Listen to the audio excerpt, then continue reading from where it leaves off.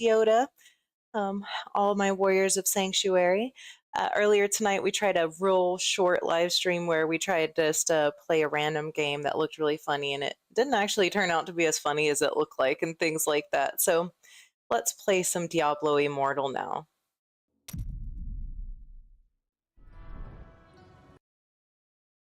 All right.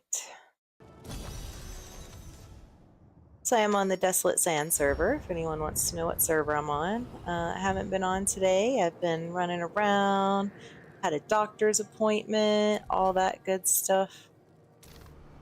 So if you see me drinking from this gigantic jug of water, I'm supposed to drink 2 of these a day.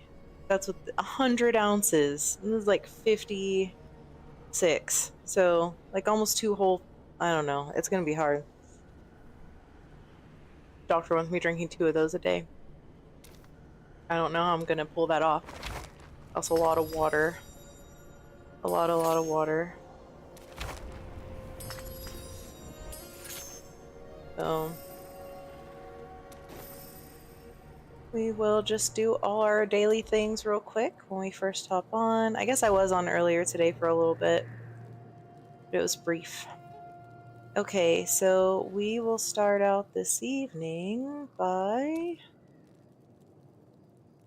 Let's see. Assembly. Oh, we have to go to assembly. It's gonna be boring, so I'll tell you about my day while we're in assembly. So, today I had my, it was like a 5-month post-op follow-up with my doctor. So I went in there and it was an elective procedure. I had the vertical sleeve gastrectomy November 8th. So I decided to do that. I wasn't, morbidly obese or anything like that, but I was all chunky. So I had a benefit through work that let me get the surgery basically for free. So I got it. And so I just followed up with them today for the 5-month follow-up. So that was good.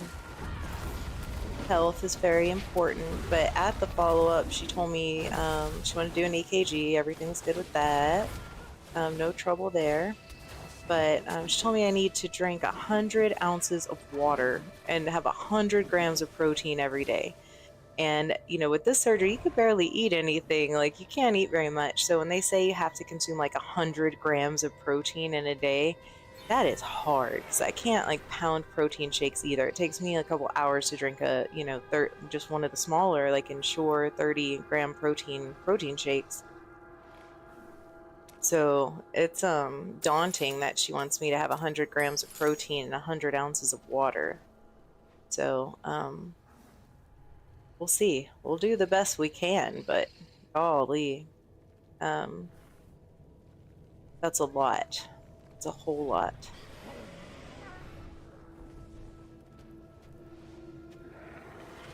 It's crazy looking at my little creature all big on the screen. I had the cat before, but it kept confusing me. It was meowing all the time, and I think I hear my cat's meowing, and it was my game cat meowing, and so it was just it was a mess.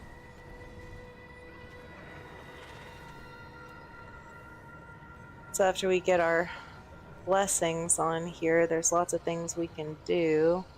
So let's see what's got the most battle pass points for me this evening.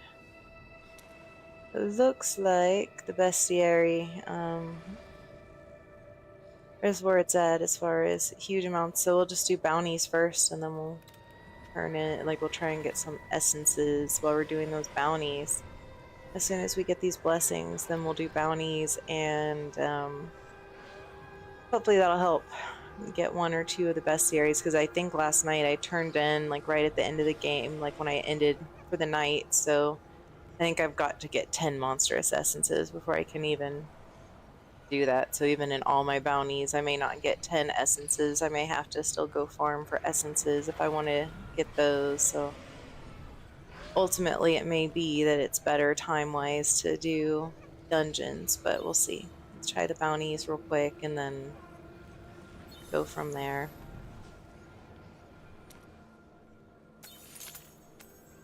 I guess for me, how much XP? I'm only getting 100,000 XP from each one of these. Like so much less because I'm reduced. Because I'm above the server Paragon. Alright, instead of boring everyone with that, let's go ahead and go do a set of bounties, and then we'll go from there, maybe do some dungeons or something like that. Do our bounties, though. I have some on my board already. Bloody Plains.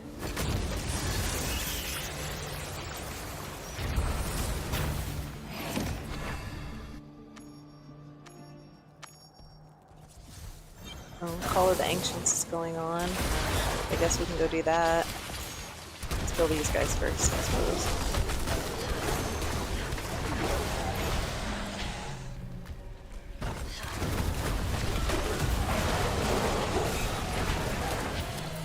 Let's see.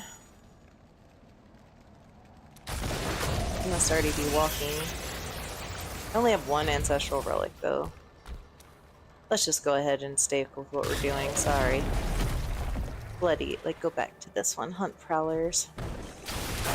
They're all right here. I don't know why I just whirlwind over there. That was a total oopsie.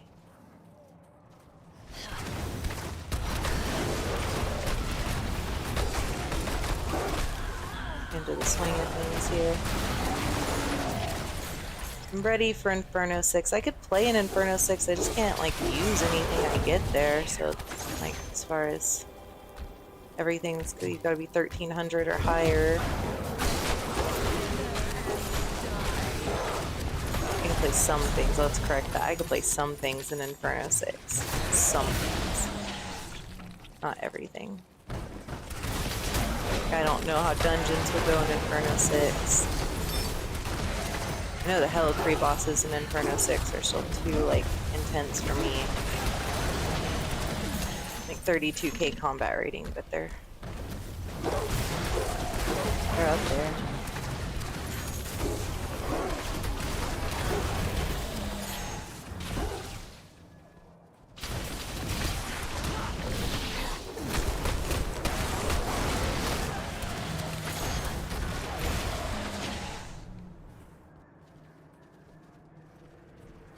I was not expecting the doctor to tell me, like, I needed more water, more protein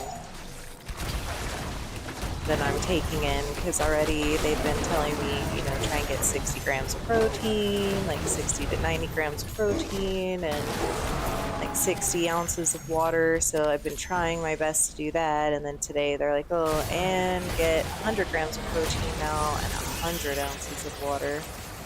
I don't think I'm gonna be able to drink 100 ounces of water a day. That's a lot. It's a lot.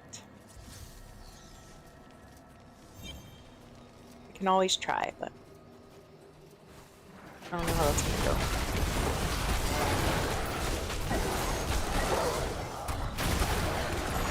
It takes me an hour, like, because I live rural, it takes me an hour to drive to the doctor's office, home from the doctor's office. It's a pretty day today. Right now, there's just swarms, like crazy swarms of these white butterflies everywhere when you're driving, and everything's super green down here when it's normally, you know, in a couple months everything will change to brown, just be brown and dry and just baked by the heat from the summertime and things like that. But right now everything is so pretty and green and millions of butterflies everywhere, and everybody was out driving muscle cars today and their big giant trucks. I like you know, checking out the cars on the drive, because at some point in the next couple of years, potentially, I'm going to want a new car. And I can't find anything that I like. Everything I see, it just looks all the same, or it's just really boring. Like, I started seeing, like, these one cars, and I was like, oh, those are really cool looking, I wonder what those are, and then I got home and looked at it, and they're fully electric, and I don't want a fully electric car. Like, I would be willing to do a hybrid, fine, but, like, I don't want a fully electric, because I like to go on a lot of road trips, and I just want to be able to, you know, not just be relying on having to charge. I go to on a lot of the road trips I take, it's like you drive through like crazy vast distances of nothingness. So it just wouldn't be reasonable to do that until they figure out maybe batteries that get you further. But I don't know. I'm sure soon enough they'll figure out some kind of energy source for the cars that'll be fine. Well, I should go into the hidden layer, huh? Go ahead and get some of my stones while I'm here.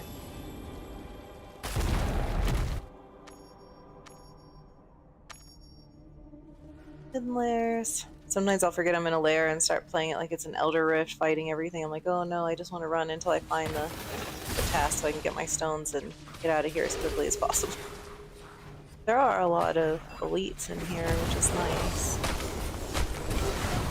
Maybe get some spirit essence out of these guys. And have like 900 of their closest friends. Going for the ride.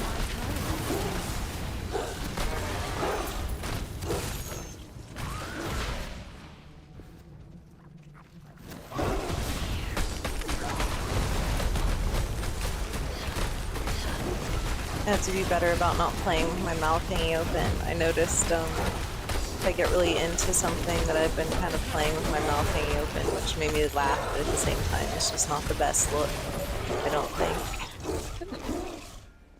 On camera, just sitting there. Makes me wonder what I look like when I'm just playing on my phone and sitting in the living room by myself. That's how I look all the time, or what? What is so strong?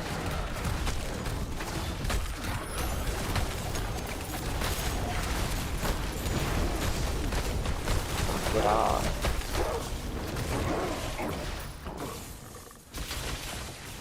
Killing.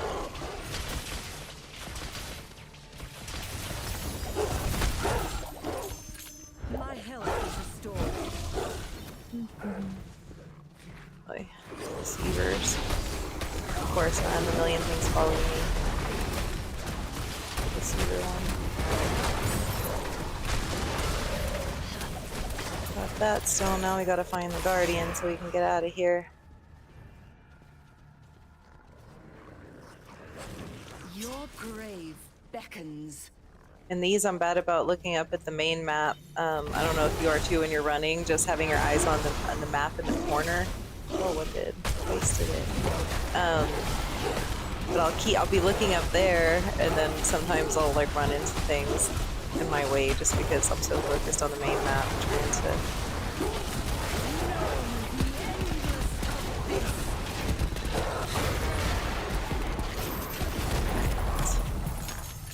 descend to our next level here.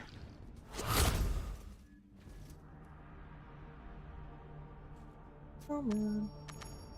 I always forget that takes a minute.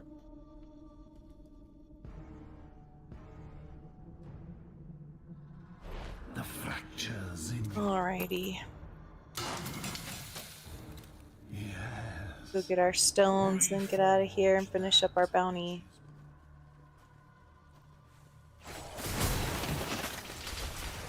Gems. I don't know why I keep calling them stones tonight. I'm telling you, by the time I get on in the evenings when I live stream, like late in the evenings, it has been the day and I just misspeak, and then also playing while simultaneously talking or thinking and learning the PC and all these things at the same time is quite an ordeal. But it's getting a little better each time. Oh, my frenzied globe. Let's go get that. So we got a gold guy up here. Get the smackdown too. Oh, he's gonna do the health one. There's not really a lot of places to go on here. Come on. Get out of his line of sight.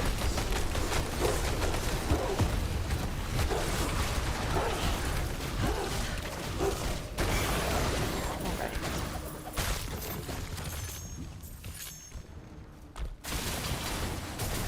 Go ahead and there's so many down here.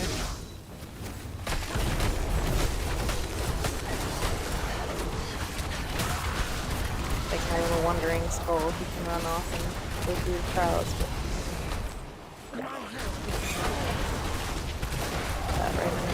whirlwind him, wandering skull him, jump on him. Get him. Why are you shooting a dead body? I thought that thing was like a dead one.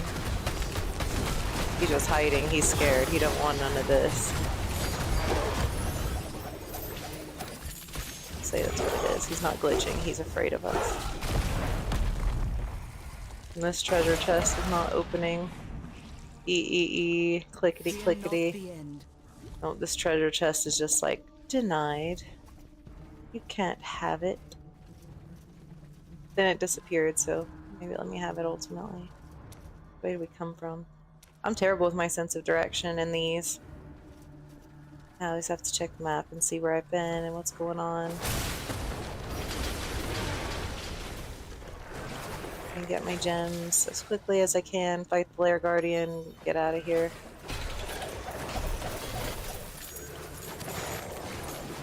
Get my shield off. My shield didn't hold up long enough to destroy it without getting...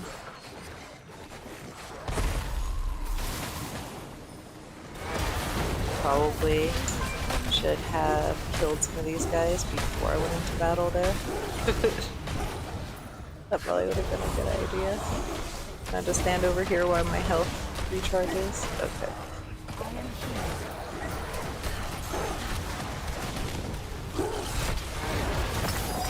There we go. Get our gem. Get out of here. There's the Guardian. Luckily he's not too far. First he's got a bunch of friends. It's gonna be a powered shrine. Oh, shrine denied, really. That's the only thing about PC, the only bug that I've noticed is I get denied on the shrines and things like that quite often. Anything that I have to use the E command, or it tells me to use the E command, or I gotta click on it like that and it's got the E command. That's the one thing on PC that's a like constant bug, no matter what I'm doing. I don't know why it's not wanting to open, what the deal is. Oh, I didn't pay attention. Alright, that's okay. We're done anyway.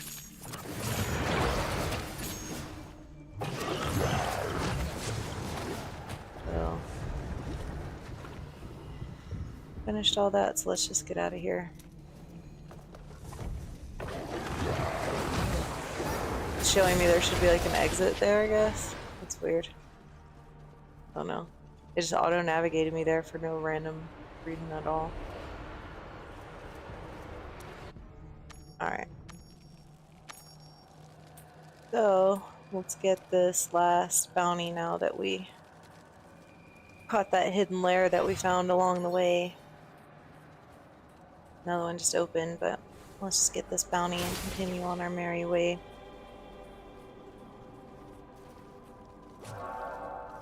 Alright. I'm glad they fixed it several updates back where quest creatures, like or bounty creatures, count like for the shrine, the XP shrine, gold experience or whatever. You actually get the globes, because remember early in the game it didn't let us do that. If it was quest creatures and we had the XP shrine, then it wouldn't let you get the little globes from the ones that were the bounty creatures. That was highly annoying, but I'm very glad that they fixed that. It's much better. Get your XP globes from any of the creatures that you're killing.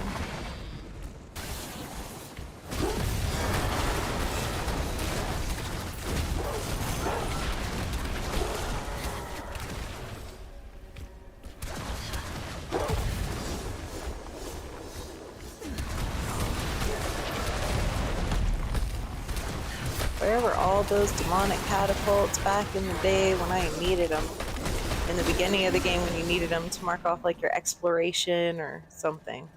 There's something where you had to do them. I think it was the exploration, the zone exploration or something. Complete it. You had to get all those demonic catapult things. Any of these. I wonder if Inferno 6, if there's like even more like swarm situations constantly everywhere.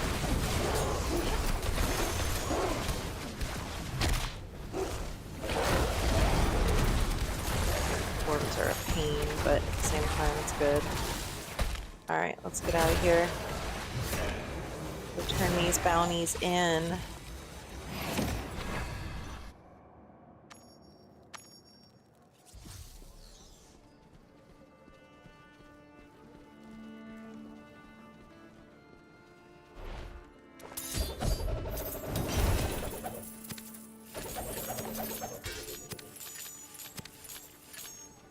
Looking forward to the eclipse on Monday.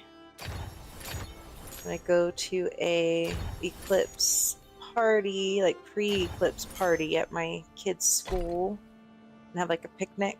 We're doing a pre-eclipse party picnic there, and then if you want your kids to actually see the eclipse, you've got to go check them out of school because the school, due to liability reasons, can't let the kids watch the eclipse. So they're not going to get a chance to watch it if I leave them at school, so I'm going to have to bring them all home afterwards so that everybody can see the eclipse when it hits totality, so that should be pretty cool. We had one a while back, but it was cloudy. I would go out occasionally and take a look at it and things like that, but this one should be really cool. I have to buy 2 things from him for my battle pass stuff. I think you might have gotten the better end of that one. Oh, 2 rare legendary. I gotta Looking for buy a something couple more things. Wonder if I can even get anything legendary. Eh. I think you might have gotten the better end of that one. Right. No. Go rank up.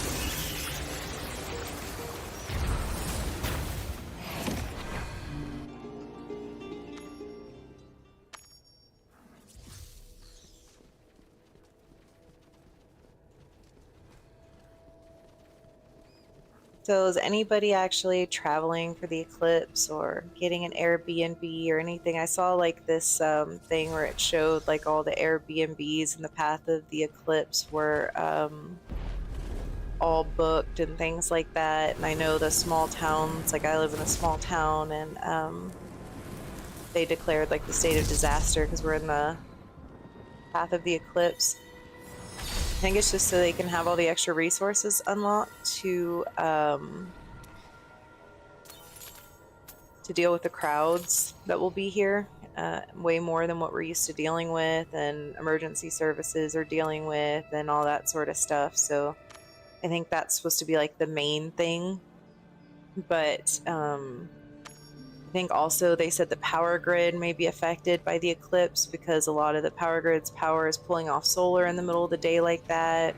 And so it's possible that we can end up with trouble there. So we'll see. We'll see how it goes. I'm sure it'll all be fine. Random dungeon time, maybe?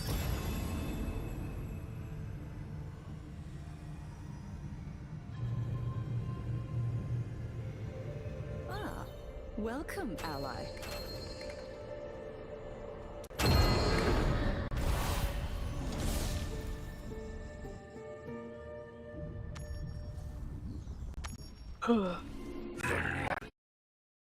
Pit of Skarn's army. All I have to do is stitch it shut. Oh, earlier that car I was talking about when I was driving around, I was seeing that car that looked really cool, but then it turned out it was fully electric. It was that new Mustang. It's like a SUV or something like that. It's fully electric. That's sad, because if that thing was a hybrid, that would totally be my next car, because I really liked that Mustang SUV. It looked really cool. Because I thought it looked really cool. What's going on in here? We're carrying a littler player for one.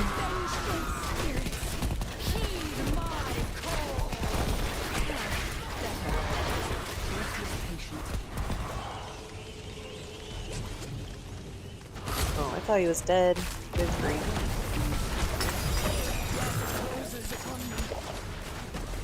That was rough. Wonder what was going on there.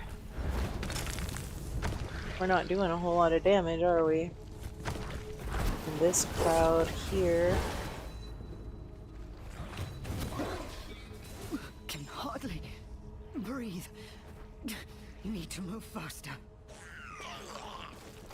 Let's see.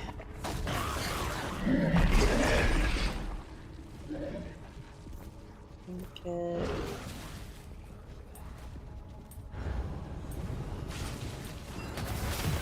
It's weird. I was trying to run back quickly.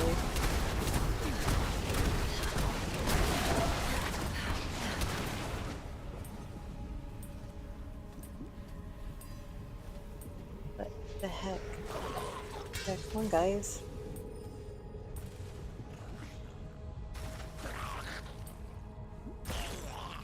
What is going on here?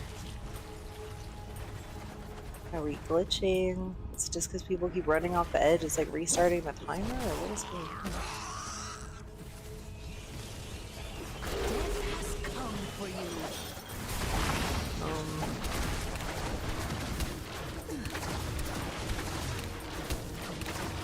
That's weird. Something. Alright, everybody.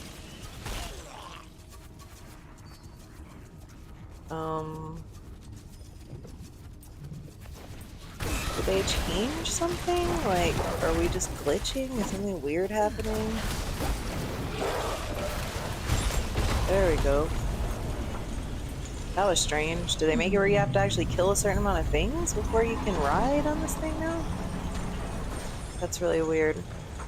Used to just be everybody got on and it went. Is that not what we're doing anymore? Are we not just going once everybody's on board? Or is that just some strange phenomenon? I do not know. That was strange. I've never seen it do that before. I've seen it make us wait a minute to advance to the checkpoint, but like to reset over and over and over to start the timer, like when everybody else wasn't even there yet. I don't know. Knocked me through the wall. Did you see that? Strong.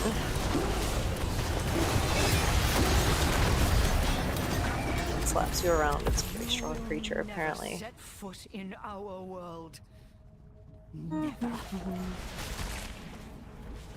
and run and run and run and run. But I don't know, I think I would rather have to run all this nonsense and fight these different ones than to end up with the advance straight to boss on this particular one and fight Zaka Gold, because he's strong gold. He has strong, strong gold.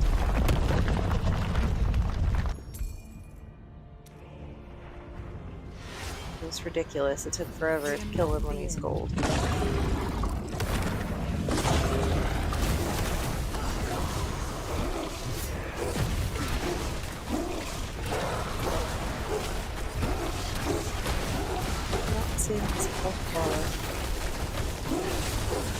That's one weird thing too. The last couple times. Oh my goodness, Tab, get out of the middle of those little things.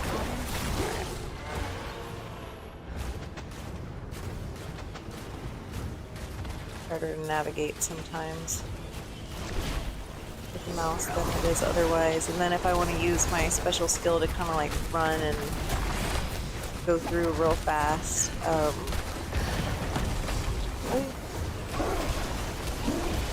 I have to hit the tab button, and I have to actually look at the keyboard to find where the tab button is without looking with my hand on the number keys like that.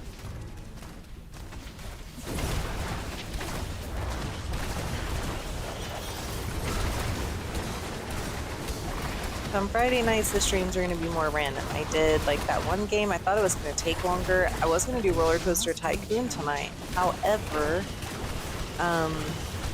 you can't stream that one because it's, it locks your mouse into one screen, so you can't tell the stream to start, and you can't start the stream and then start playing, because then you can't tell the stream, like, it wants to minimize the windows. Roller Coaster Tycoon's all weird, because it's so old. So I was gonna play that one earlier as the fun stream, but then I found that other game and it sounded hilarious in theory, but then it turned out to be really short and lame in actuality. You know, I figured any game where you have to like make a goat fall in love with you so that you can sacrifice him to save the world because God's making you do that, like, sounded like a hilarious premise all in all. But no, it wasn't that funny, and it wasn't that cool, and it was more just kind of like repetitive. So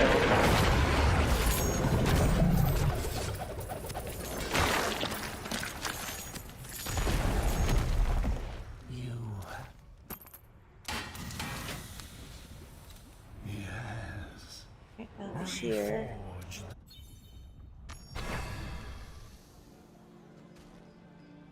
I know I haven't been streaming for very long tonight, just half an hour on this stream. Probably gonna go not too long though, because I'm tired today. It's been a really long day, lots of errands, really busy. End of a long week. I streamed last night over the 2-hour time like I was going to, so that was good. Tonight I didn't really announce it, so I don't think anybody's even here. So it was kind of an experiment to see anyway. Weird they put these papers laying around. Those popped up on April Fool's Day, I noticed, like a little Easter egg in the game or something. They don't do anything. Alright, so I think I'm going to go ahead and wrap it up at half an hour for tonight. We just did a few basic things. Oh, hey Dan, there is someone here. Hello. I didn't think anyone was here. I was just talking to myself. So at least we have someone here. I can stay and play a little bit longer if there's someone actually here. I thought I was just streaming to no one. This thing isn't great about showing me. It showed me one viewer, but I thought maybe it was one of my kids or something just watching from the other room. They do that sometimes. Or lay in bed and just watch the stream. Alright, let's go try and get some more monstrous essences then. So how are you doing, Dan? Doing well today, I hope.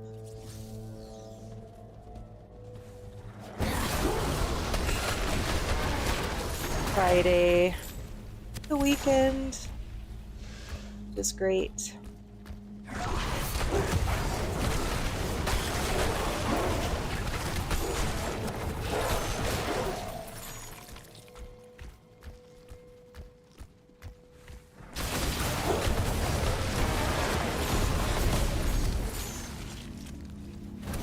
Trying to think about like our weekend plans this weekend and figure out what they are, but not sure what to do. I'm doing pretty well.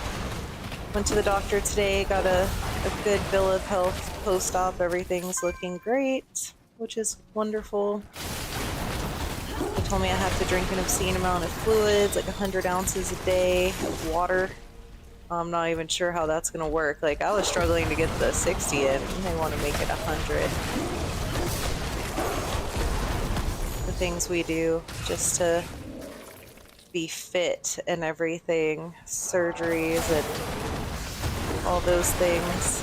It was elective, but at the same time it was good for me because after kids and everything, like I was struggling to be in a healthy weight range and things like that, so the surgery was able to get me back into well, I'm not quite there.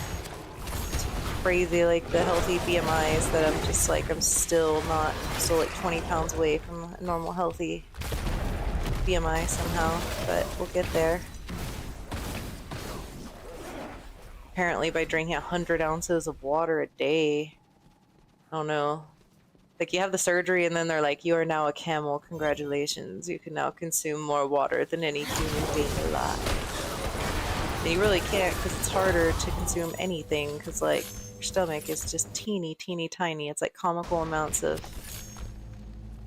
food. Like I'm never gonna get used to that at all.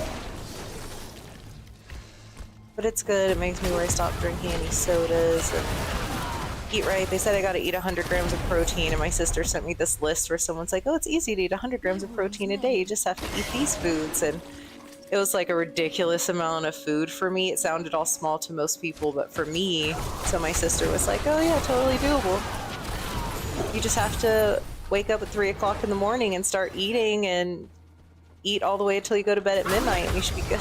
Like, yeah, something like that. For sure, because there's no way 2 whole slices of rye bread. Oh, I wish I could 2 whole slices of bread.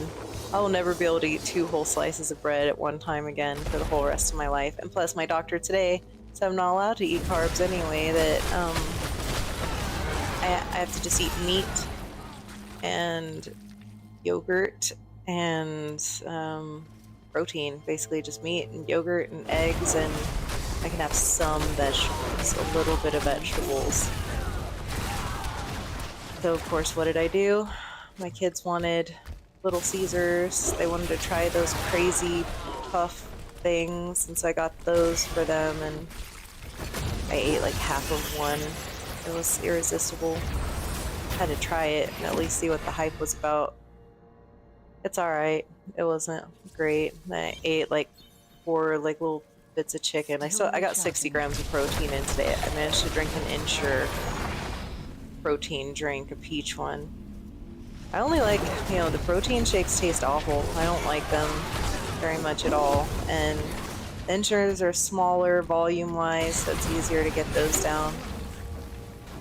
But it's weird adjusting to the surgery. I saw like this video where they were slicing like with a super sharp knife. They sliced little tiny pieces of bread off that were like razor thin slices, and then cut like razor thin bacon and like razor thin tomato to make like a little BLT. But it was full size sandwich size, but it was just like all just like a sheet of paper thickness. And I was like, oh my gosh, I need to get that knife.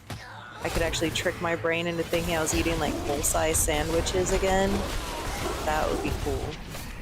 But I'm really not supposed to be doing the bread, so I don't have enough room to do bread. I'll just end up with like malnutrition trying to fill myself up with bread.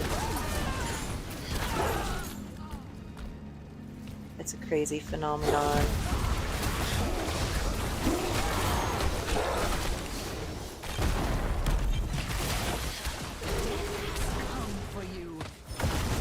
Ooh, these guys are wrecking me. Standing right in the middle of the purple ray and all. It is not my time, it seems. Nope, not my time. Things my necromancer says, it's not my time, it seems. She says that a lot. Give her a good run for her money on saying that. Pool of reflection, that's what it is. I always want to call it XP shrines instead of pools of reflection. So.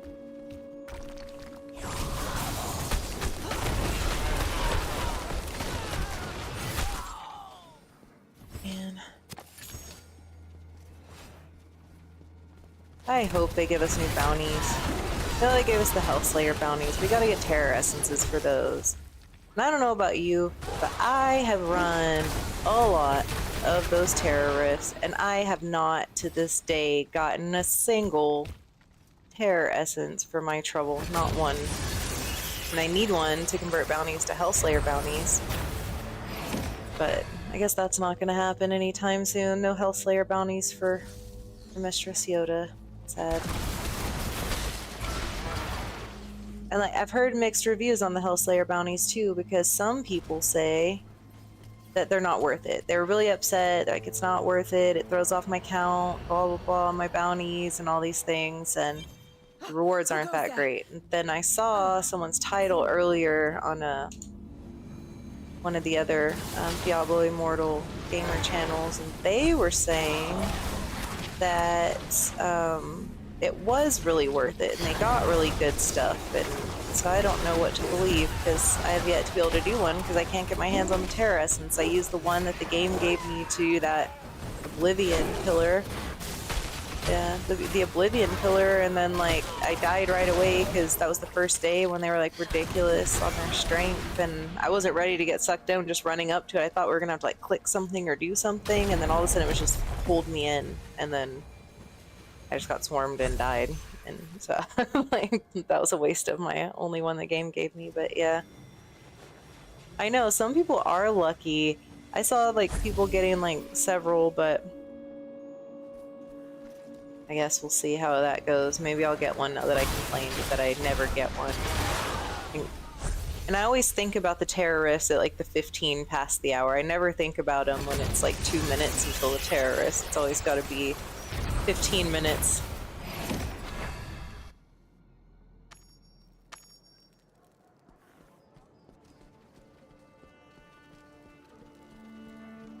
I get lucky, like the places I get lucky are, I used to get like a whole bunch of like good equipment for a while. I got really lucky with that, and I was always getting like my combat rating jumped from that, but that slowed down now. And then on the 5-star gems and the Elder Rift, I had some good luck for a minute back a few months ago, and then it kind of hasn't been so great since then. I've run a bunch trying to get the Roiling Consequence, and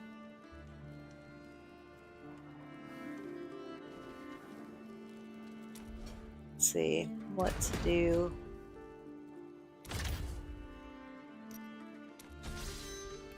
Way above the server, like I tried to stay close to the server Paragon, but it's getting to the point where I'm just getting like further and further and further ahead of it. Let's see what events we have today. Conquer, Fractured Plane. I haven't played the Fractured Plane PC yet. Maybe I should try and do that on the PC, see how that goes. That on the phone is interesting because it flips the phone vertical. I wonder what it does on the PC when you play Fractured Plane on PC. Guess we shall find out. Okay, continual damage is increased by 70%. Ugh. It makes me play with all my other skills. I am not good with these skills because I never play with them. I mean, at least it's letting me be a necromancer. One time, like the first time I played Fractured Plane, I was like a different class, and then it gave me a legendary piece of gear for a different class. Oh, Fractured Plane. This one. I always forget it's this one. I always confuse it with the one that's right next door to it, where it flips your screen vertically to do.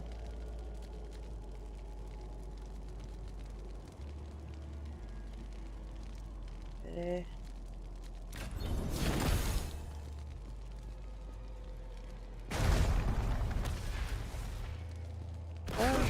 Oh yeah, it's the little... I don't have my same skills. I keep forgetting. Oh, see, that's not good. I'm just gonna get killed in here with this nonsense. I'm doing the wrong thing. Alright. I gotta remember what these skills do in the first place. Okay. So here's our little bone wall. Yeah. And that's Corpse Explosion? No. What does that do? What do we got? Alright. Oh. I'm gonna leave. I forgot it was this one. I don't like this one. It's boring.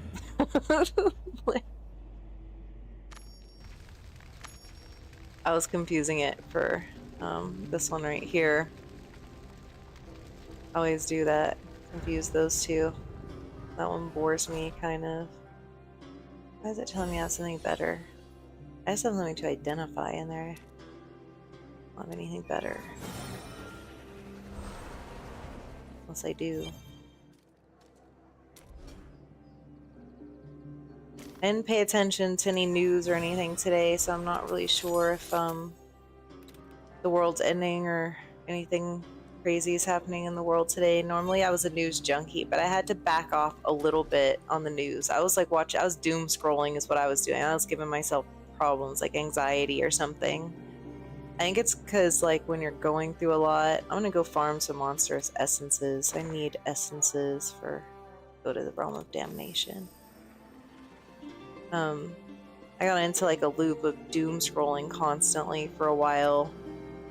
I had like a crazy like dream thing about a huge earthquake like out in the Atlantic Ocean, and there was like a huge tsunami coming for like the East Coast and all the coasts surrounding the Atlantic Ocean, and it was in my dream. It was super real. It was just like breaking news, and it showed everything, and it was so real that when I woke up, I thought like I had woke up and seen that happening and somehow fallen back asleep and I woke up in a panic because I have coworkers that live on the East Coast, and I hadn't got a chance to call them to tell them, like, do you know that this is coming? Are you, like, safe? Or, you know, all of that, because they're, like, right on the coastline. And I pulled up my phone because I wanted to see if I had missed it yet. Did I fall back asleep? Did I really just see that and fall back asleep and sleep so long that I totally missed it and let people I care about, like, have a tsunami, like, hit them without any warning because I knew it was coming, and I didn't see anything about it. And it was so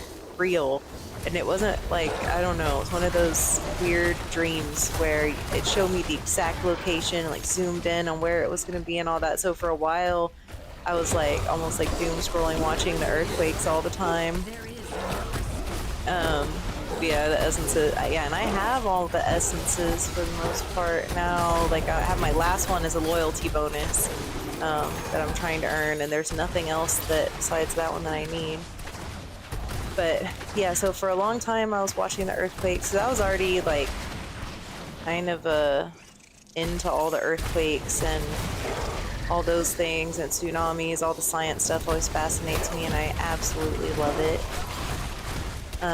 So that made me even more into it, and I'm always like keeping an eye on the USGS app and all those things and just looking at that. But I needed to back off of like constant doom scrolling and get off the news a little bit because it was too much. It was too much, and then I watch people around me that are still like way too into like sitting down and watching the news channels every day and all of those things, and it is not good for them. They're gonna get all kinds of health problems. I'm convinced of it. Like, it's gonna be just entirely from watching the news all the time. That is stressful. You cannot fix the problems of 8 billion people, and out of 8 billion people, there's always gonna be crazy ones. Yeah, dreams are crazy things. I like the dreams when I realize I'm dreaming and then I get control of the dream, and then I can like fly and do all kinds of stuff because I'm fully aware that I'm in a dream and I can control everything that I'm doing. I like those dreams, but I think the only way I really learned to have those dreams and recognize that is when I was little. I would have terrifying nightmares every single night, and then one day I was watching Honey, I Shrunk the Kids, and she said, pinch me, I'm dreaming, or one of the boys said, pinch me, I'm dreaming, and then she pinched him in the face real hard, and I was like, that works? Like, you can get pinched when you're dreaming and, you know, wake up from your dream? So somehow I managed to train my body, I guess because I was a little kid, where if I realized I was dreaming and it was a really bad nightmare, I couldn't wake up from it. I would realize I was dreaming, but I couldn't wake up. And it would be horrible to know that I was dreaming and be completely unable to wake myself up and have a nightmare that bad and be that scared. So I started where I could physically pinch myself in my sleep hard enough to wake myself up out of my sleep, like cause enough pain to do that. And of course I would left behind one.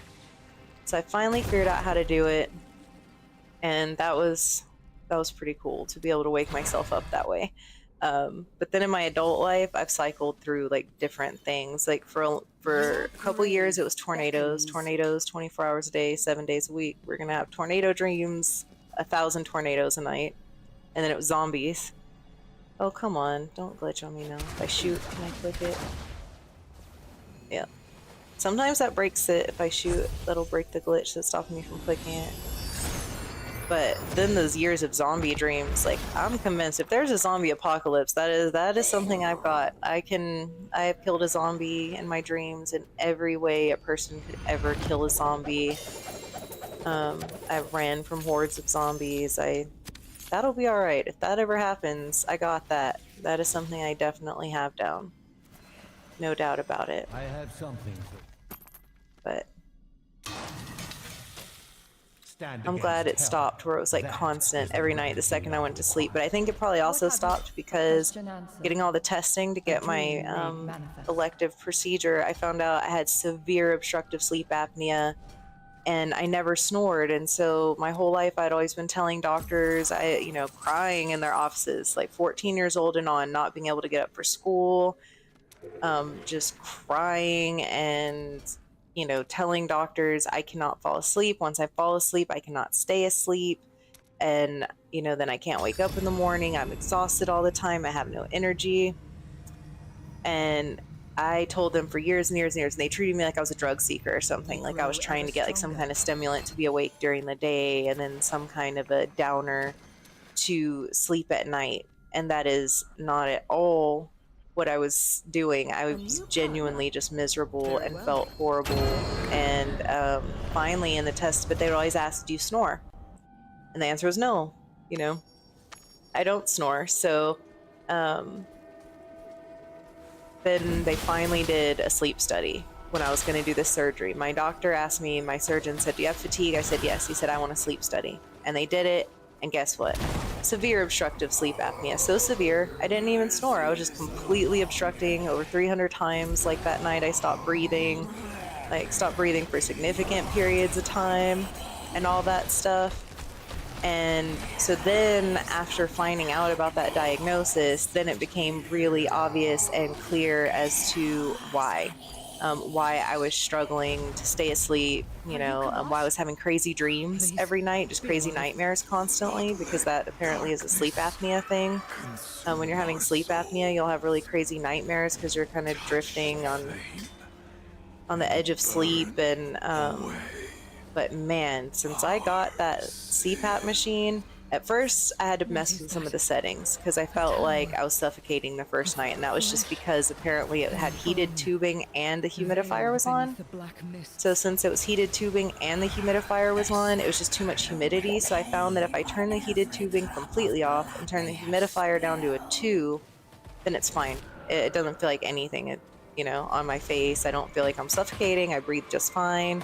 And man, do I feel better. Like my energy level was almost instantly, my mood, my everything, a million times better just immediately. And it was, you know, it was really a good thing. It made me really happy, but at the same time, I was kind of upset because for years I had been telling doctors, and for years they treated me like a drug seeker or something. I even remember a doctor one time was willing to at least work with me because I was working night shift and do like, come on, and do medications for me to sleep and then medications for me to stay awake. But she's like, here's your uppers and your downers. And just kind of rolled her eyes, and then she only prescribed it that one time, you know, and then she wouldn't prescribe sleeping medicine or the other medicine again.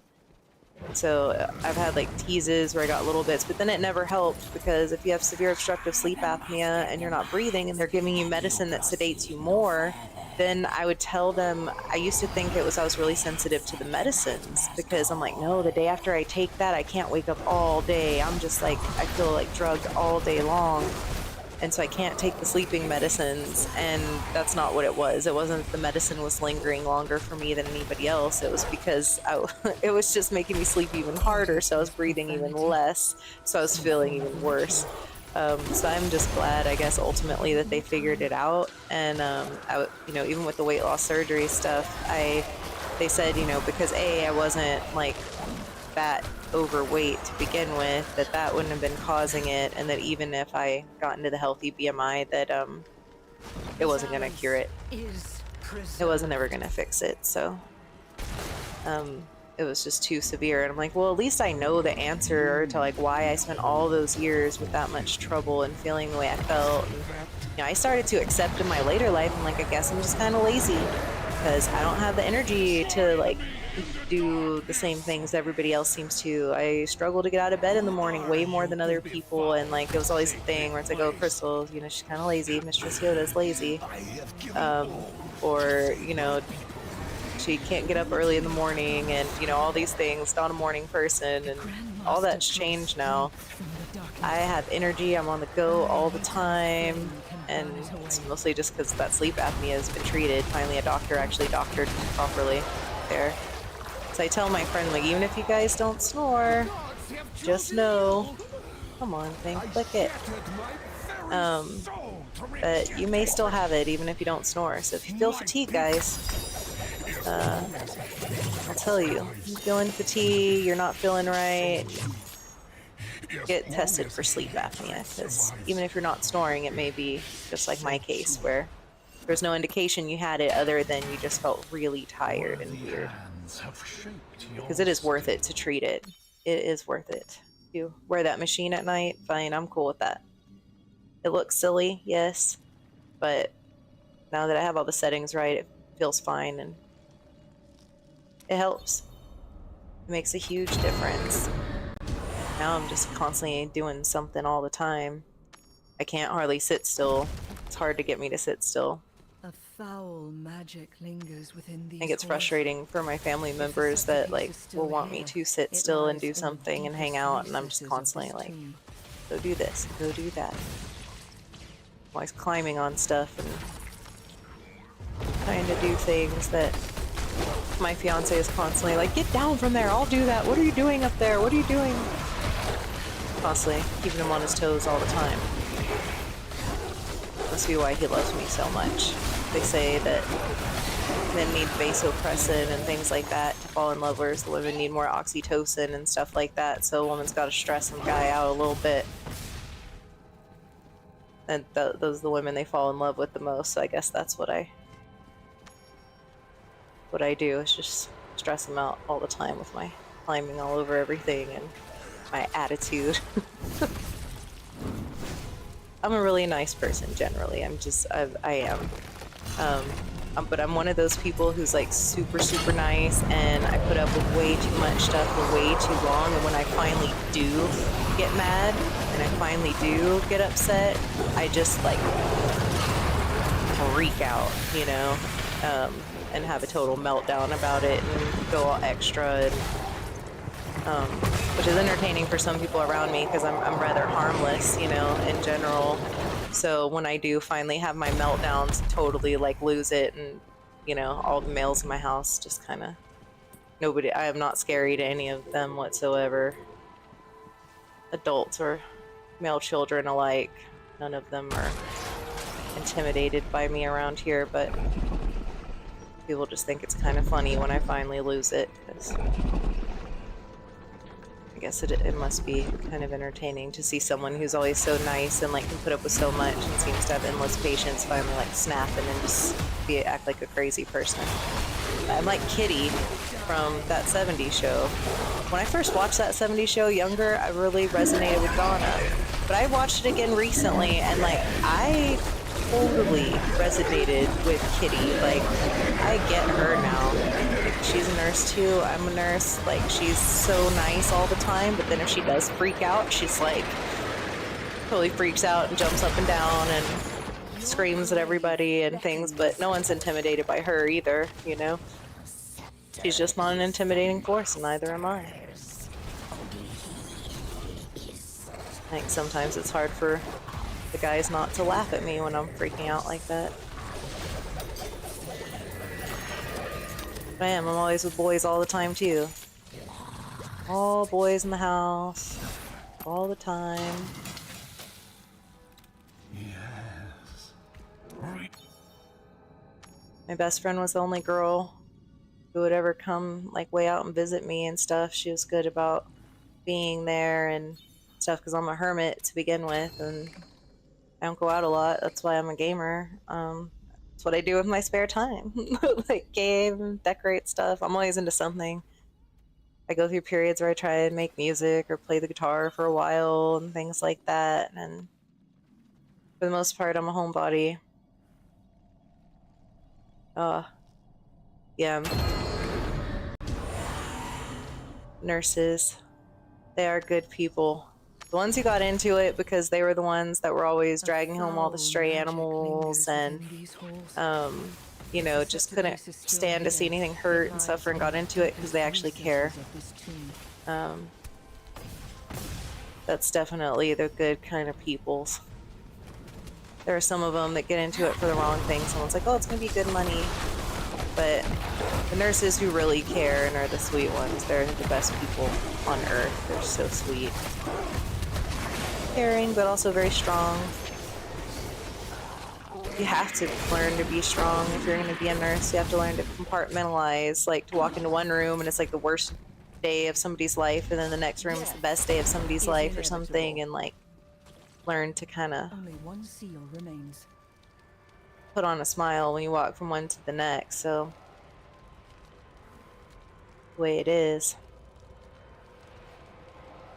People have tried to hurl that at me like as an insult. I'm not as good at compartmentalizing as you are. And I'm like, well, you know, I've earned my ability to compartmentalize Only one seal remains. through all the things that I've been through in nursing. My nursing was like a trial by fire. I came straight out of nursing school and I got this residency. It's called like a Versant residency to a local hospital. And the spots, people from all over the country were after those 30 residency slots that they offer.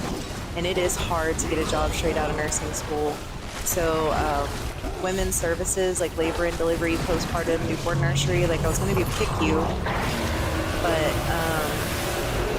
they offered me a slot. So that was a job straight out of school and I needed a job straight out of school. So I took that up. So my first nursing job where I trained from the get-go was like this combined unit where it was labor and delivery, then triage for anything going wrong with anybody who was pregnant. The ER would send them to our triage to be checked out. And then the postpartum hallway, the labor hallway, the ORs, and the newborn nursery, which wasn't staff. It was just, the hospital is intended to be for like healthy moms and babies, like full-term people. And so there was no NICU at the hospital and they didn't even staff the nursery. Those mother-babies stayed together in the rooms at all times. Unless there was a procedure that needed to be done, we could take a baby to the newborn nursery and do that, like when we have to poke their little heel for those little things and stuff. We'd take them to the nursery, but other than that, they stayed with their mom. And in theory, that sounds all great. Oh, stay with mom all the time. Not have a NICU, like be this perfect thing. That is not good. That is scary, especially working there.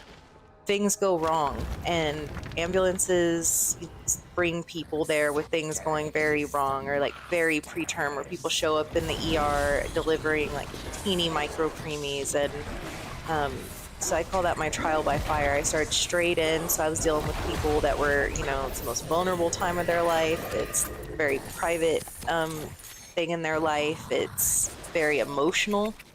Things are supposed to always go well. So when they don't go well, it's really extra hard on everybody, the staff, the patients. It's just miserable for everyone if something goes wrong. Like everybody's traumatized afterwards. So that's one of those things where that was my trial by fire. And then after like a year and a half, I ended up being the designated night charge nurse. And that was a nightmare in a hospital like that, where there's and it's your job as the charge nurse to catch every baby, which means be at the warmer and the doctor hands you every baby. So that means even if something's very wrong with the baby, they're going to hand it to you and you're going to have to deal with that until the neonatal nurse practitioner arrives from their house, or the NICU transport team would arrive from downtown. And in the meantime, you're in the hot seat. And that was just, I worked the night shift, and there were times when I wouldn't get home until like 2 o'clock in the afternoon the next day by the time I finished all my charting from like some night that had gone crazy. And I would hold it together.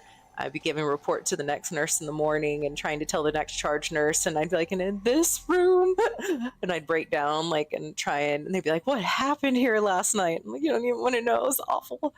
And then I'd finish all my charting and like stumble in the house at 2 o'clock the next afternoon, and just like the second that door would open, I would just be a mess. Like there were nights like that. They're also very happy nights, but eventually I ended up, yeah, for real. Listen to forming. He says, hurry up, man. So that was quite the experience doing labor and delivery, especially night shift, because a lot of people think that there's like doctors at the hospital for that sort of thing. There's not. There are not doctors at the hospital. They're at home sleeping. I mean, some hospitals maybe, yes, but not at this hospital. At this hospital, all the doctors are at home asleep. There's an on-call doctor for if random people show up that are just in labor and they didn't belong to any of the doctors that have privileges there. And then there was like a core set of doctors where all their patients came there specifically. So we had that going on, and so we'd have to wait for the doctors to get there from home. So if you were there showing up and you were having a baby real quick, odds are myself and the scrub tech were going to deliver your baby, along with another nurse that I called to come help and stand by the warmer, and then a panicked, usually respiratory therapist, who would come running in there Please, be alive. and not know what to do. You'd be like, I need suction for the baby, and they'd like try and grab the suction from the wall, and you're like, but not that suction, the little, suction bulb, like the little blue bulb, not the... A tower. And it's just chaos. I remember one night that was especially bad. Someone poked their head out. I had like 7 patients all by myself as charge nurse, plus dealing with all the triages that came in. 7 active labors all by myself. My 1 labor nurse that I had that night, people called in. We didn't have the staff. Management was out of town. I didn't have anybody to call. House supervisor can't come and help you because it's too specialized of a field. So it was pretty terrible. And somebody pokes their head out and like, hey, the baby is being born right now in this room down the hall. And it wasn't expected. The baby was not supposed to be coming yet. And it just went from should be hours till this baby gets there to like, it's baby time. So like I take off running and everything in my pockets is flying out all down the hallway. My pen, my paper, my scissors, my clamps, like everything is just flying out of my pockets. Where are we in this dungeon? What am I doing? Oh, getting it. And I get in the room, I delivered the baby, and I turn to the scrub tech, and I'm like, do you have a pen? Because I needed to write down the time of birth before I forgot it on my little paper or whatever, and check something else off. I was like, everything that was in my pockets is in the hallway. And she's like, I left a patient in the hallway. I was like, was the patient delivered? She's like, yes, the patient was delivered. I was like, oh, thank God. Thank God. Hopefully she's okay out there in her wheelchair. But we just had to run so fast. It was like everything got abandoned. Like I was having to put people in storage closets that night because we were just overflowing. Oh, and then one of the baby docs came in first thing in the morning and did something they should have waited till later to do, and it caused an issue. And then he tried to like ask me, like he tried to almost like put it on me for a second. That was not me. And the second I told him off, he was like, I know, it was my fault. And I was just like, yeah, I don't even think so, sir. Not after the night I have had. So you're gonna try and blame his mess up on me? That'll teach him. He was a baby doc, a brand new doctor. He learned about messing with the charge nurse that day. That's generally not the best idea. If there's any aspiring doctors out there, be nice to the charge nurse of the units. Don't be mean to her. You can make your life much easier or make your life much harder, depending on how we're gonna play nicely or not. And of course, you'd never affect a patient by that, but like you can definitely make the doctor have to do a lot more of their own work. And you know, you also can call the doctor for every little thing all night long and things like that if you're the charge nurse. So be nice. Your nurses, doctors. I will call you at 4 o'clock in the morning and ask if I can give somebody some Tylenol. Watch me. Join me in the darkness! Who are you to befoul this sacred place? That was crazy working there. I have given all. Getting off work in the morning, like, oh, that reminds me of a creepy story. So, one night, when there was another designated charge nurse that night, it was before I was designated charge nurse, we were real slow and there were too many nurses there, so the charge nurse needed to send someone home, so it was my turn for that, so I got to go home, and it was like 3 o'clock in the morning. But I needed to go grocery shopping too, and I was going to go grocery shopping when I got off work that morning at 7, but I went ahead and was like, okay, cool, I got off work, I can go ahead and go grocery shopping at Walmart at 3 o'clock in the morning. There's Walmart on the way home, stop there, go grocery shopping, no big deal. But when I walked into that Walmart, like in the closed subway, there was a man sitting there. Fine, you know, and I've had many of people look at me in my life, like, not, you know, even just stare or ogle or anything, but just look, just normal look. This guy, when he looked at me, it was like every instinct in my whole core, like just everything down to the depths of my soul. It was just like this predatory look that I was being looked at. Like, and it was straight up like this person had bad intentions in their eyes. Like, it was predatory. And so I knew when I left and went to walk out that I needed to be careful because I had never had anyone look at me like that before in my life, where it just, I knew this person wanted to hurt me. Um, and so I did my grocery shopping and I had a coat on, and I watched over my shoulder. I should have asked somebody there to walk me out. I really should have, but I'm always the type of person, like, especially at that age, where I was like cocky, like, I'll be fine. I'll just go myself. I'll just keep my eyes open, like, really well, and things like that. And I was working out a lot of the time. I was like, I'm pretty strong. I'll be fine, kind of thing. And I went to walk out the door, and the second I went to walk out the door, he got up from the subway and turned around and started walking out right behind me.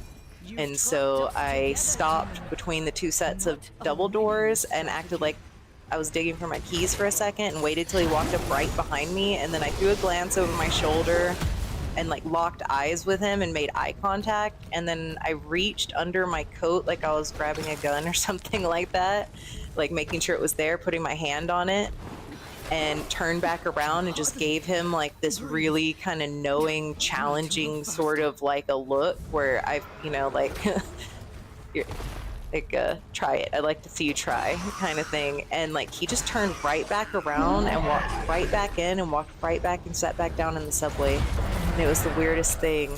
Like, there was no like confrontation beyond that. Like, I just pretended like that I was armed and that was good enough. Okay, we must have to, they must have changed this dungeon, guys, in the past week or so, because now, oh, it's because the one player is dead. Is that what it is? What is going on? Die and rot. Can they not make it by themselves? Or I think they are even above the cliff, that player. But anyway, that was really creepy. That was a really creepy night. I never like had that sort of a, like, I had met some predatory people before. Okay, now the fourth player left, so is this thing gonna go now that they left? There you go. Alright, it's just you and me, Lotus. I hope you're a whale. Are you a whale? I sure hope so. Because if not, we're gonna get murdered by Zika. Zaka. Zika. The Zika virus. No, that's not what we're doing. Zaka. So many Z words. Gotta keep your eyes open, people, and gotta pay attention. Go with your gut. You will never set foot in our world. It has never led me wrong before, going with my gut. One time as a kid, my parents do wild, crazy things, right? They don't, like, they will just do stuff and they'll, like, not plan it out too well. Like, we ended up living in tents in the mountains one time just because of poor planning, so that was, like, temporary kind of homelessness and everything. But they decided to go on this tubing trip one time, right? In Orange, Texas. My mom was from, you know, an area in the San Antonio area where you have a Guadalupe River and things like that, and tubing is like, oh good, he's a whale. It's like a big normal thing, right? You go get it.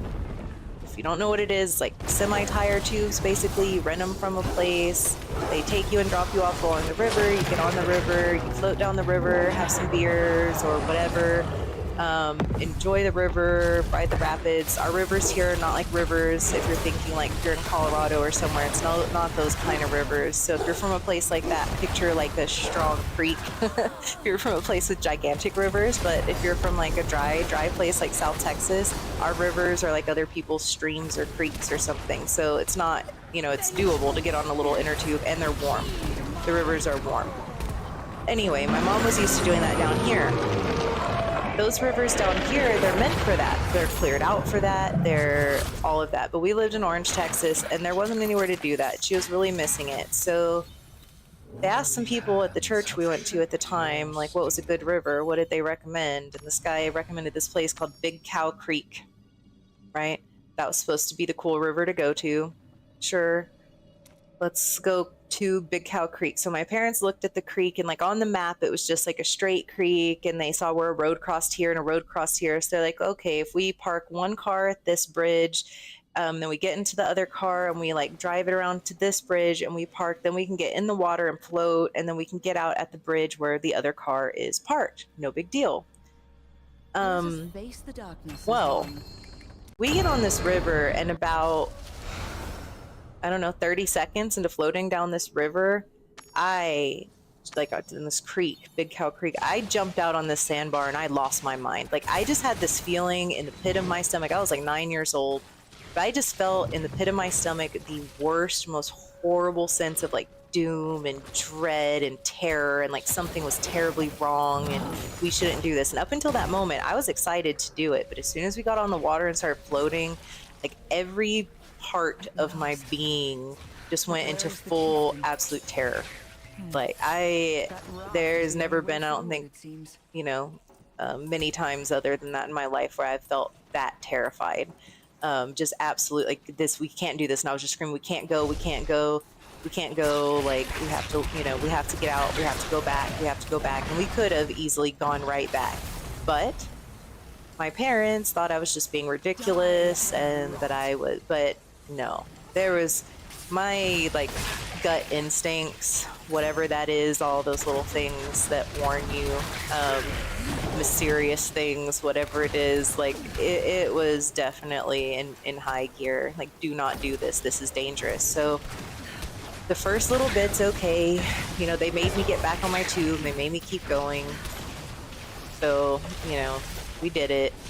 And about an hour into this ordeal, we start to get to parts of this creek, and it looked nice at the beginning, you know, but then all of a sudden we start getting, and there is just trees down constantly through this thing, just constant. We're constantly having to climb over these trees, and the water's deep near them. Like, you know, people are getting like sucked underneath the tree to the other side, and all these bad things, and my parents are getting worn out. They're having to lift all these little kids out of tubes up onto trees to like pass them over, pass them over, pass them over. And we get a little further and we start running into these areas where mosquitoes are just nesting on the creek, like just solid mosquitoes. So when we'd float through there on the tubes, they would all just lift up from the water and just swarm us. And it was unbelievable, like how painful it gets when you're getting bit by swarms of mosquitoes like that, where it's not just one or two, but like everybody is like starting to get like in tears, miserable. And we are seeing no other signs of life. There is no other signs that anybody else is anywhere, like habitation or anything. This creek is twisting and winding and snaking. It is not the straight looking creek that it appeared to be on there. So we, instead of being a couple miles they thought it would be on the map, it is turning into miles and miles and miles and miles and miles, and we have no idea how much longer it is. We're not seeing any human life, getting swarmed, getting just sucked underneath trees. It's bad. And then we hit this one part where the rapids are really bad and there's trees down in them, and my dad and my younger sister managed to get up and over one of them, but the current sucked them away and around a corner away from us. And so that left me at like 9, my mom, and like my 5-year-old little brother by ourselves to deal with that. And we kept thinking like any minute we're just going to turn the corner and my dad and my sister are going to be there or something, and we just never could find them again. Like the river just pulled them way too far and there was nowhere to get out like at that part. And I don't know why it didn't occur to them once they finally did find a place where they could climb out, to climb out and wait for us, because they didn't. And as an adult I would think that would be what I would do, especially like what I would expect like my husband to do if I'm back there with kids, is like to climb out. But I don't know why they didn't. I don't know what the deal was. Come on. But they didn't, and so we were stuck by ourselves, and it was starting to get dark. And that started to get scary, because being in an unfamiliar river, like a little kid, I'm miserable, we're sunburned, we're eaten alive by mosquitoes. There's nobody else around. My mom is getting kind of scared. She's trying to stay tough, but she was just beyond exhausted. She was beyond bitten up by mosquitoes and scraped up and all of that stuff. And it was terrible. It was not good. And finally, like right as it's about to totally go dark on us, we see like this little rope swing tied to a tree and a little canoe tied to the bank. We're like, oh, there we go. We are getting out and we are going to find whoever has left these things here and we are going to get help. And we get out and start walking like this path, like a worn path where someone obviously walked to the river frequently there, but it takes us up to like the single wide dilapidated trailer in the swampiness, and there's no screens in the windows, like everything's open and nobody is there. It's completely abandoned and there's no one. So we just started looking around, and there was like a little, like we found a little bit away from there, kind of looping around, that there was a set of tire tracks, like kind of a dirt worn thing where someone had been driving their car back and forth to that trailer. So we just started following these tire tracks, and that led us to a gravel road, and we finally found this gravel road and we started walking. But we eventually found a car. My mom jumped out in front of the first car that came. One car passed us, and after that she left in front of the other car. Bye, Dan. It was good to have you. Thanks for hanging out. But my mom left in front of the car, and after she left in front of the car to stop them, it was a family, and they helped us, like they let us get in, and we're driving, and like a mile up the road my mom's like, we've got to get help. My husband and my daughter are still somewhere lost on the river. We got separated. We don't know what happened to them. We never saw them again. It's really bad down there and all that stuff. And so we're still looking for my dad and my little sister at that point. And we did find them when we were driving like a mile up the road. There they were with their tubes walking on the side of the road, and we pull up and they're shocked to see us because they got out at that same spot. They saw the same thing. They went through the same stuff as we did, but they just turned the opposite direction on the road. We turned to the left, they turned to the right when they got to the road. So we caught that car that was coming first and got in the car. So they were shocked to see us, but everybody was together. And so this guy takes us to drop us off at the car that was on the bridge where we needed to go. And when we get there, my parents have locked the keys in the trunk of the car. So we had to then get a ride to the other car. And by the time we got home, like, we were so eaten alive by mosquitoes. I have never in my life been bitten up by mosquitoes like that before or since. The next morning, I remember my eyes were swollen closed from all the mosquito bites, and my whole body, like, it was so weird. It was like bumps on bumps on bumps. So it's just hundreds of mosquito bites. It was the craziest thing. Like, I didn't even know that you could get eaten by mosquitoes like that. I didn't know mosquitoes could be that dense. You know, like, to my 9-year-old mind, that was all brand new information, and it was crazy. I was so scared. At one point when we were like floating down, I told my mom, we have got to get out of the water. We've got to get out of the water. We've got to find help. We've got to get out. And she didn't want to get out, but we were just going through those swarms of mosquitoes, and so eventually she's like, yeah, let's go ahead and get out. Because I had been screaming for help for the longest time, like floating down that river. My mom was screaming for help. My brother, you know, we're all like upset and freaked out, and we finally climbed out at one point, climbed way up this embankment and like to this big thing that overlooked the river, and there was just nothing. There was nobody, there was nothing. And the mosquitoes were worse out of the water than in the water, so it didn't even help anyway. It just made it worse to get out. So we got back in, but that was and then after that my parents had a talk, and they said, you know what, from now on, if Crystal says let's not do something, or if she has a bad feeling about something like that and speaks up about it, maybe we should listen to her. And I'm like, yeah, maybe you should, because in my life my gut feelings have never led me wrong. I've ignored them and ended up in trouble because of it, but when I've had them, they've never led me wrong. All right, well, I think I'm gonna go ahead and wrap this up and head to bed too. It is late. It's already 11 o'clock.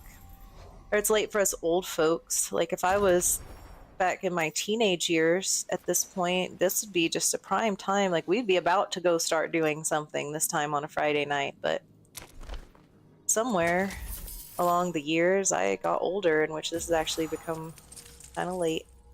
So anyway, I'm gonna go ahead and get off here and wrap this up for the night. I hope everyone has a great weekend. Thanks for hanging out. Special shout out to Dan Phoenix for being in my chat and talking with me, so I have someone to talk to tonight. And I will see all you guys in the next video. I'm gonna try and do some research this weekend and put a video together for Shadow Wars, dishing out anything I can think of, or any additional tips, or maybe things I don't even know of that I will have to find. So that's how we do that. Just scroll down, click that little treasure chest. But yeah, I will try and make a Shadow Wars video, and we'll see what we can do there. And in the meantime, peace everybody, stay safe, have a great weekend.